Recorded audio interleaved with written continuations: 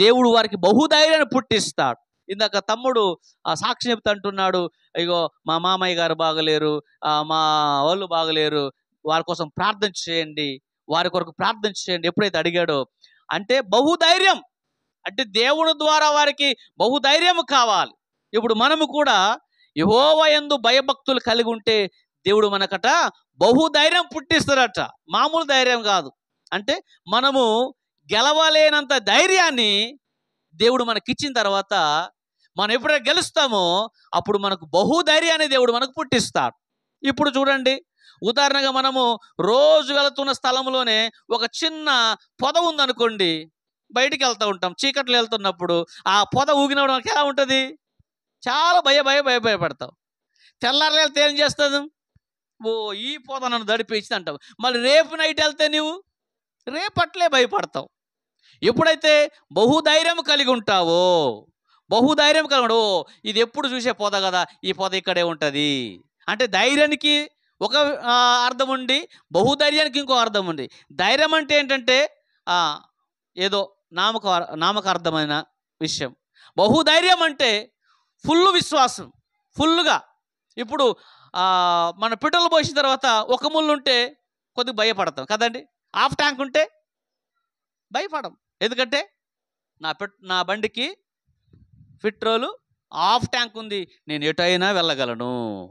అందుకోసమే నువ్వు బహుధైర్యంగా ఉంటే నువ్వు ఎటైనా వెళ్ళగలుగుతావు. ఎలా ఉంటేనట?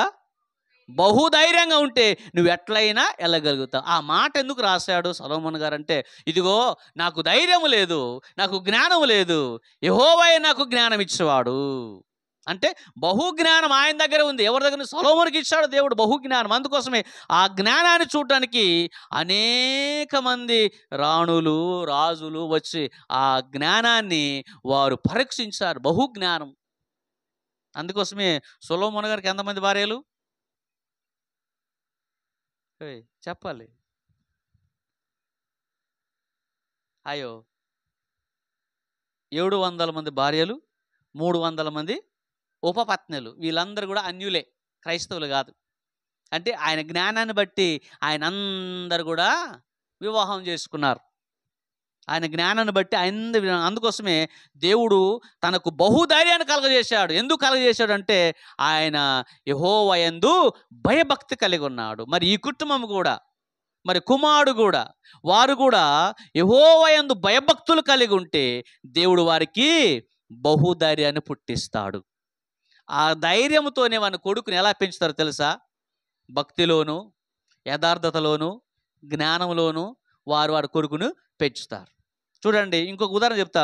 నీకు బహుధైర్యం కావాలంటే మీరు ఎంతమంది కుటుంబంలో భార్య, భర్త, పిల్లలు కలిసి ప్రార్థన చేస్తున్నారండి? ఒకసారి ఆలోచించేద్దాం. మనం ఎంతమంది కలిసి ప్రార్థన చేస్తున్నాం? ఎంతమంది కలిసి ప్రార్థన చేస్తున్నాం? మొన్న నేను మా చర్చలో దాదాపు 2 పంచాయతీలు చేసిన. అంటే కారణం ఏంటో తెలుసండి? భార్య భర్త విడివిడిగా ఉంటున్నారు, పిల్లలు వాళ్ళకి విడివిడిగా ఉంటున్నారు. నేను అడిగిన, అసలు ఇదంతా కథ పక్కన పెట్టు, ఆమె తిడతాది, ఏం తిడతాడు, కొడతాడు అని ఇదంతా పక్కన పెట్టు, నాకు అది దొద్దు. కానీ మీరు పిల్లలు నలుగురు కలిసి ఇంట్లో ప్రార్థన చేస్తున్నారా? అడిగి లేదు. ఆదివారం వస్తున్నారా? లేదు. గురువుకోడికి వస్తున్నారా? లేదు. ఉపవాస ప్రార్థనకు వస్తున్నారా? లేదు. నీకెట్లా బహుధైర్యం దేవుడు ఇస్తాడు? చూడండి అండి. అంటే మనం ఏం చేయట్లేదు? యెహోవా యందు భయభక్తి కలిగి ఉండట్లేదు. ఏముండట్లేదండి? యెహోవా యందు భయభక్తి కలిగి ఉండట్లేదు. ఇప్పుడు చూడండి, మన సాక్ష్యాన్ని మనం నిలుపుకుంటేనే దేవుడు మనకు బహుధైర్యాన్ని పుట్టిస్తాడు. మన సాక్ష్యాన్ని మనం ఏం చేసుకోవాలట? నిలుపుకోవాలి. నేనన్నా, ఇదిగో మీ ఫ్యామిలీ అంతా కలిసి ప్రార్థన చేస్తే దేవుడు మీకు బహుధైర్యాన్ని పుట్టిస్తాడు. అందుకోసమే ఈరోజు కూడా మన ఈ యొక్క కుటుంబం కూడా యెహోవా యందు భయభక్తులు కలిగి ఉంటే బహుధైర్యం వారికి పుట్టునుగాక. మరి చూడండి, ఈ సంవత్సరం అంతా కాపాడారు దేవుడు వారి కుమారుడిని. నెక్స్ట్ 6వ సంవత్సరానికి అడుగు పెడుతున్నాడు. ఆ 6వ సంవత్సరం అడుగు పెట్టినప్పుడు కూడా దేవుడు వారికి బహుధైర్యం కలిగించాలి. వారు చేసే పని విషయంలో, వారి ప్రయాణం విషయంలో దేవుడు వారికి ఏం చేయాలంటే బహుధైర్యము కలిగించాలి. మొదటిగా యెహోవా యందు భయభక్తులు కలిగి ఉంటే బహుధైర్యము పుట్టిస్తాడు దేవుడు. రెండో విషయం జ్ఞాపకం చేసి చూడండి. ఇదే సామెత గ్రంథము 10వ అధ్యాయము 27వ వచనం చదువుకుందాం. ఇదే సామెత గ్రంథము 10వ అధ్యాయం 27వ వచనం. యెహోవా యందు భయభక్తులు కలిగి ఉండుట దీర్ఘాయువునకు కారణం. దేవునికి స్తోత్రం. ఏంటండి? యెహోవా యందు భయభక్తులు కలిగి ఉంటే దీర్ఘాయువు. మామూలు విషయం కాదు. యెహోవా యందు భయభక్తులు కలిగి ఉంటే దేవుడు దీర్ఘాయువు ఇస్తాడు. అలాగే ఈ కుమారుడు కూడా దేవుడు ఏం ఆయువు ఇవ్వాలి? దీర్ఘాయువు ఇవ్వాలి. అందుకోసం దీర్ఘాయువు ఇవ్వాలంటే బాలుడు నడవవలసిన త్రోవను వానికి నేర్పుము, అతడు పెద్దవాడైనప్పుడు దాని నుండి దేని నుండి? దేవుని యందు భయభక్తుల నుండి తొలగిపోడు. దేవుని విషయంలో నమ్మకంగా ఉంటాడు.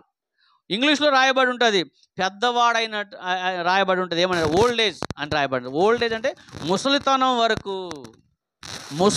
వరకు దీర్ఘాయువుతో ఉండాలి అంటే యెహోవా యందు భయభక్తులు కలిగి ఉండాలి. నీవు పట్టుకున్న దాన్ని విశ్వాసంతో నీవు ఉంటే నీవు దీర్ఘాయువుతో దేవుడిని నింపుతాడు.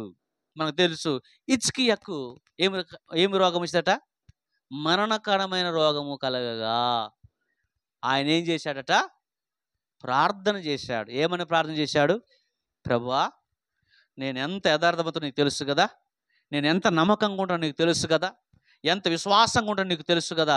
ఆ ప్రార్థన చేశాడు కట. ప్రభువే ఆ ప్రార్థనకి కరిగిపోయినాడు. దేవునికి స్తోత్ర. ప్రభువే ఆ ప్రార్థన కరిగిపోయి ఆయనకు 15 సంవత్సరాల ఆయుష్ పొడిగించడట. దీర్ఘాయువు అది. చూడండి, మనము కూడా యథార్థంగా ప్రార్థన చేస్తే, నీవు నమ్ముకున్న నీ దేవుని యందు భయభక్తులు కలిగి ఉంటే దేవుడు నీకు దీర్ఘాయువు కలగజేస్తాడు. ఒకవేళ నువ్వు అలాగ ఉండకపోతే, యెహోవా యందు భయభక్తులు కలిగి ఉండకపోతే ఏమైందట? భక్తిని ఆయుష్ తక్కువైపోద్దట. కింద అంటున్నాడు, ఆ ఆయుష్ తక్కువైపోవడానికి దేవునికి ఇష్టం లేదు. నీ ఆయుష్ పొడిగించాలని దేవునికి ఇష్టం. అవునంటారా కాదంటారా? మన ఆయుష్ పొడిగించబడాలా తగ్గాలా? పొడిగించబడాలి. ఇప్పుడు చూడండి, ఉదాహరణగా మా ఇంట్లో మా అమ్మమ్మ ఉంటుంది. దాదాపు ఒక 4-5 సార్లు ముక్క దీనికి ఆశ వస్తా, దీనికి పేట తేరదం కూడా అనుకున్నాం చాలాసార్లు. చాలాసార్లు అన్నాం. ఎప్పుడైతే కొద్దిగా మా నాన్న గొడ్డు మాస్ తీసుకొచ్చి చిన్న పీసులు చేసి పెడితే 2 రోజులు వేసేది. విషయం తెలుసా? దాదాపు ఒక 1 నెల రోజులకు విరోచనాలు, నీళ్ళ విరోచనాలు అయింది మా ముసలమ్మకి. కంటి చూపు తగ్గలేదు, బీపీ డౌన్ అవ్వలేదు, ఏం డౌన్ అవ్వలేదు. అసలు డాక్టర్లు అవక్క అయిపోయారు. అసలు యాక్చువల్గా మనం 1-2 విరోచనాలకు ఏమైపోతాం? అసలు డీలాగా అయిపోతాం. కానీ మా ముసలమ్మ అన్ని రోజులు వచ్చినప్పుడు కూడా ఇంత డీలా పడిపోలేదు. నేను అడిగిన, ప్రార్థన చేస్తున్నావంటే, చచ్చిపోయేదాన్ని నాకెందుకు ప్రార్థన అనేది? నీ ప్రార్థన ఇంకా బతుకుతావు నీవు అన్నా. నేను దేవునికి స్తోత్రం. ఇంకా బతుకుతావు, నీకు దీర్ఘాయువు ఇస్తాడు ముసలమ్మ, ఇంకా ప్రార్థన చేయి అన్నప్పుడు ఎప్పుడైతే మోకరించి ప్రార్థన చేసాడో ఇప్పుడుకి ఆవిడకి అలాగే ఉంది. దేవునికి స్తోత్రం. ఆవిడ చచ్చిపోయినా కానీ మేము ఏం ఫీల్గా, మేము హ్యాపీగా ఉంటాం. మేము ఎందుకు తెలుసా? చూపు తగ్గలేదు, ఒక మాట ఏమో చెవుడు కొద్దిగా ఉంది కానీ బీపీ లేదు, షుగర్ లేదు, ఏమి లేదు, ఊక పని చేస్తూనే ఉంటుంది. అంటే దీర్ఘాయువు దేవుడు పొడిగిస్తే ఎప్పుడు తెలుసా? నీవు యెహోవా యందు భయభక్తి. మరి ఈ కుమారుడికి కూడా దేవుడు దీర్ఘాయువు పొడిగించాలంటే ఈ కుమారుడు ఏం చేయాలి? తల్లిదండ్రులు ఏం చేయాలి? యెహోవా యందు భయభక్తులు కలిగి ఉండాలి. చక్కటి ఉదాహరణ ఏంటంటే, ఈ కుమారుడికి వీళ్ళు ఏమి నేర్పించాలి? ప్రార్థన నేర్పించాలి, వాక్యాన్ని వినడం నేర్పించాలి, వాక్యాన్ని ఎలాగా ధ్యానించాలో నేర్పించాలి. ఇప్పటి నుంచే నేర్పించాలి. ఇప్పటి నుంచే అయ్యగారికి వస్తే ప్రైజ్లా చెప్పడం నేర్పించాలి, వందనాలు చెప్పడం నేర్పించాలి, ప్రార్థన అంటే మోకరించడం నేర్పించాలి. దేవునికి స్తోత్రం. ఇది భయభక్తులు కలిగి ఉండాలి. ఇలాగ మనం ఉంటేనే దేవుడు మనకేమిస్తాడట? దీర్ఘాయువు ఇస్తాడు.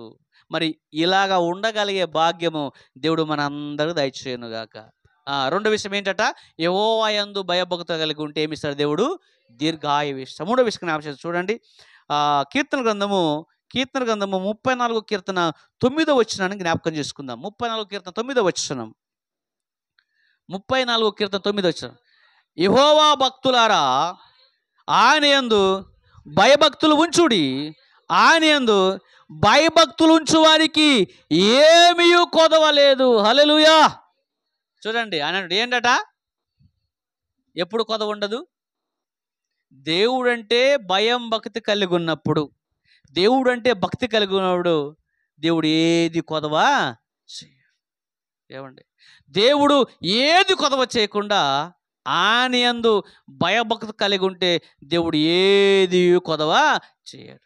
చూడండి, అడవిలో జంతువులైనా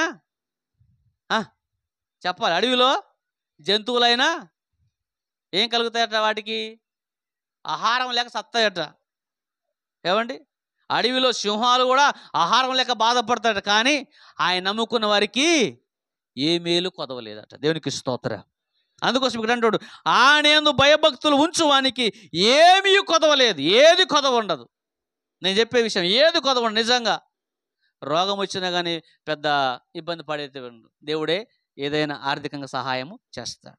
ఇదిగో రోగం వచ్చినప్పుడు కూడా, ఇదిగో నేను ప్రార్థించి వెళ్తున్న ఆ డాక్టర్ గారి మనసు కరగాలి. ఈ రోగం వచ్చిన తర్వాత నేను వెళ్తున్న పెద్ద హాస్పిటల్కి వెళ్తున్నా, ఆ హాస్పిటల్లో నాకు సరైన వైద్యం అందించాలి. దేవునికి స్తోత్రం. నిజమండి, ఆయనందు మనం భక్తులు కలిగి ఉంటే దేవుడు ఏది కొదవ చేయడు. కొదవ చేస్తాడా? కొదవ చేయాలని పుట్టినరోజులు ఎన్నెన్నో చేయగలుగుతావు. దేవునికి స్తోత్రం. మరి ఇందాక తమ్ముడు ఒక మాట అన్నాడు, అయ్యా నేను మా ఇంట్లో ప్రార్థన పెట్టించుకుందాం అనుకున్నాం, కానీ నాకు కోరిక ఎక్కడ పెట్టించుకోవాలట? వాళ్ళ అత్తమ్మ ఇంట్లో పెట్టించుకోవాలట. చూడండి, కొదవ చేయడు దేవుడు. ఆయన కోరిక ఎక్కడ? ఈరోజు ఇక్కడ ప్రార్థన పెట్టాలని కోరిక. ఆయన దేవుడు ఆధారపడ్డాడు. మనం అట్లా ఆధారపడితే మన కొదవలు కూడా దేవుడు తీరుస్తారు. నిజమండి. కానీ మనం ఏమన్నా తెలుసా, ఈ మాటలను పిచ్చి మాటలు అనుకుంటాం. మనం క్రైస్తవులు ఏమనుకుంటాం తెలుసు? ఈ మాటలన్నీ పిచ్చి మాటలు. ఎవరు తెలుసా? ఇదిగో యాకోబు అని పేరు పెట్టుకునేవాడు తాటి చెట్టు కాడ ఉన్నట్టుగా, ఐజాక్ అని పేరు పెట్టుకునేవాడు బీరు షాపులో ఉన్నట్టుగా, మరియమ్మ అని పేరు పెట్టుకుంది ఎక్కడో పొగాకు పెట్టుకున్నట్టుగా ఉంటుంది. మన పరిస్థితి అలా ఉంటుంది. అప్పుడు ఎదుటివాడు మనల్ని చూసి మొన్న రీసెంట్గా గుండెలపాడు నుంచి మాకు ఒక విశ్వాసులు వచ్చారు, ఒక ఫ్యామిలీ వచ్చారు. అసలు వాళ్ళు ఎట్లా కొత్తోళ్ళలాగే లేరు, పాతోళ్ళలాగా ఉన్నారు. వారి బిహేవియర్, వారి యొక్క అంత కూడా పాతోళ్ళలాగే చప్పళ్ళు కొడుతున్నారు. ఏం చేస్తున్నారు? ఎందుకు వచ్చారమ్మంటే, అయ్యగారు నేను కెత్తన మాకు బాగా తరదా మాదకి అయ్యారు రాళ్ళు.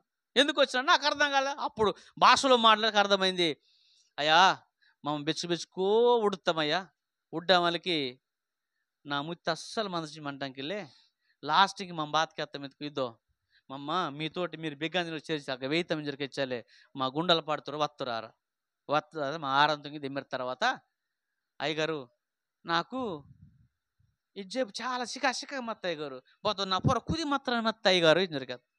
అమ్మ నీ పొర బాత కుదిమన్నో మమ్మందరం కలిసి ఒక పార్థం తుంగితాం, బాత కుదిమన్న దానికి పార్థం తుంగి లోనత్తసుకే అసలు మామూలు హ్యాపీగా వెళ్ళి ఇంకా దేవునికి స్తోత్రం.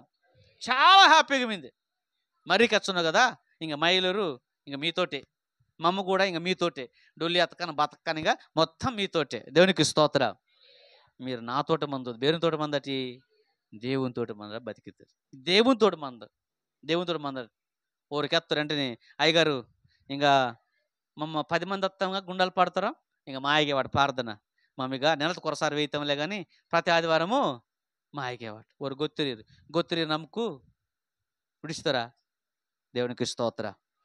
నన్ను ఒకసారి ఓరి మధ్య పరిచయం తుంకుతాను, ఒకసారి కొయ్యదమ్మా పరిచయం తుంకుతాను.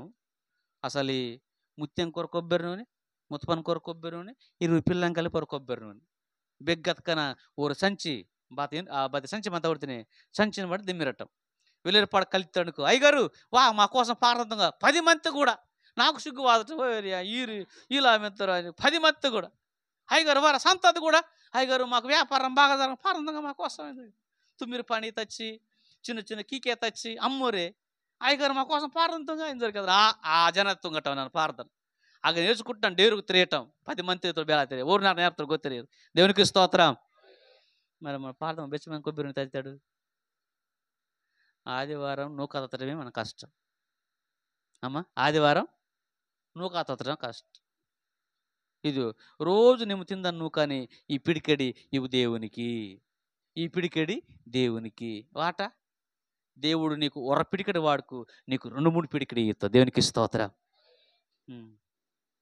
ఎవరైతే వేదన కలిగి రోదన కలిగి ప్రార్థన చేస్తారు, దేవుడు వారితోనే ఉంటాడట. ఇక్కడ ఏమని చెప్తున్నాడంటే, యెహోవా భక్తులారా ఆయనందు భయభక్తులు ఉంచుడి, ఆయనందు భయభక్తులు ఉంచువానికి ఏమీయూ కొదవ ఉండదు. మరి ఈరోజు తమ్ముడు కోరిక దేవుడు తీర్చాడు తమ్ముడు, దేవునికి స్తోత్రం. కానీ ఎట్లా తీర్చాడంటే ఆయనందు భయం భక్తి కలిగి ఉన్నాడు.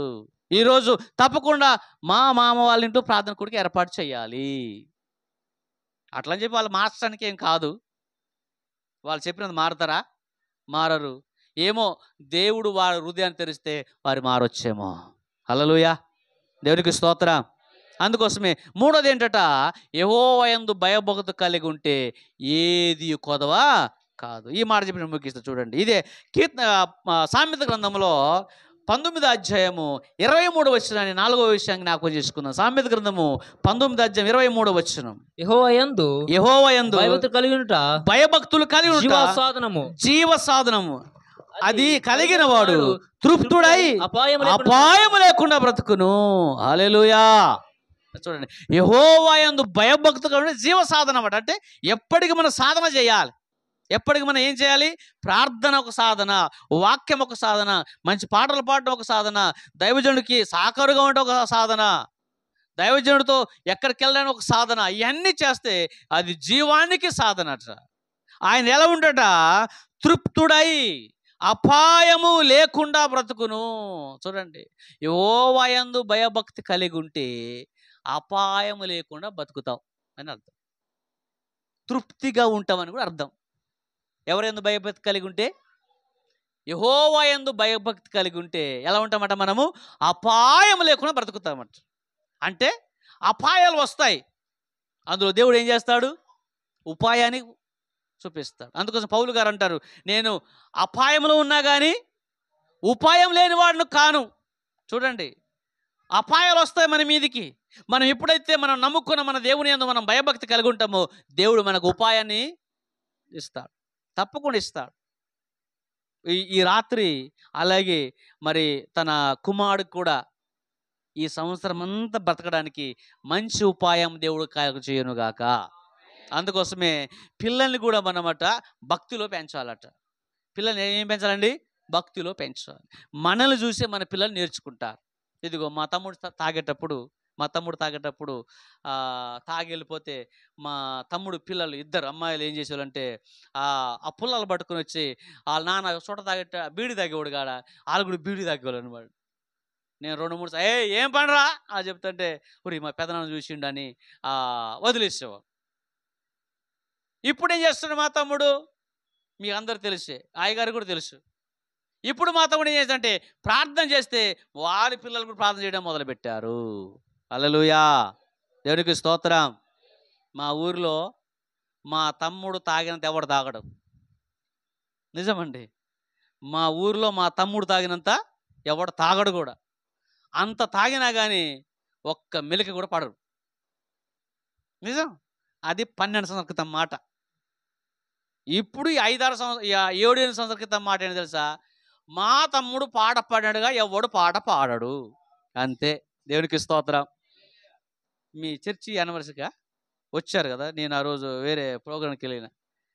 అసలు మా తమ్ముడు చాలా హ్యాపీ. ఇంటికి వచ్చాయని తెలుసా, నేను పాడాలనుకున్న పాట నువ్వు పాడావని చెప్పి అన్నయ్య మంచిగా ఫీల్ అయ్యింది అన్న అని చెప్పి. ఏ అన్నయ్య? జయప్రకాశ్ అన్నయ్య చెప్పిండట, నేను పాడాలనుకున్న పాట నువ్వు పాడినావు. ఇదే మేము రామవారం వెళ్తే జయప్రకాశ్ అన్న వచ్చిండు. అన్న మిషనాలు వస్తుండే అడుగుతున్నాను. బారన్న అంటే మస్తు పాట పాడతారు, పాట పాడేసంటే వాడు ఎక్కడటం ఇంకేం పాట పాడతాడు. అయినా కానీ ఆయన కోరిక మీరు ఒక పాట పాడించిండు. నేను ఎందుకు చెప్తున్నానంటే తెలుసా, మనం దేవుని యందు భయభక్తి కలిగి ఉంటే అపాయం లేకుండా జీవిస్తామట. నిజమండి. మన అడుగు జాడలో దేవుడు ఉంటాడు, మన పని విషయంలో దేవుడు ఉంటాడు. మనం ఏ పని చేసినా దేవుడు మన యథార్థంగా ఉంచుతాడు. అంతే, మనం నమ్ముకోవాలి. నమ్ముకుంటేనే అది తెలుస్తుంది, ఆ రుచి మనం తెలుసుకుంటాం. నమ్ముకోకుండా పైన భక్తి మనకు తెలియదండి. ఈ రోజు జ్ఞాపకం చేసుకుందాం ఈ 4 విషయాలు మన జీవితంలో, ఈ కుటుంబ జీవితంలో కూడా ఈ 4 విషయాలు జ్ఞాపకం చేసుకోవాలి. యెహోవా యందు భయభక్తి కలిగి ఉంటే ముందుగా ఎలాగుంటామట? బహుధైర్యం పుట్టిస్తాడు దేవుడు. రెండోది, యెహోవా యందు భయభక్తి కలిగి ఉంటే దీర్ఘాయువు కలగజేస్తాడు. అది కుటుంబ విషయంలో కావచ్చు, కుమారుడు విషయంలో కావచ్చు. మూడోది, యెహోవా యందు భయభక్తులు కలిగి ఉంటే ఏది కొదవ చేయడు దేవుడు. నాలుగో విషయం, యెహోవా యందు భయభక్తులు కలిగి ఉంటే అపాయం లేకుండా జీవిస్తామట. దేవునికి స్తోత్రం. జీవిస్తామా జీవించమా? నమ్ముట నీ వలనైతే నమ్మువానికి సమస్తము సాధ్యమే. అది దేవుని యొక్క గొప్పతనం. దేవుని యొక్క గొప్పతనం.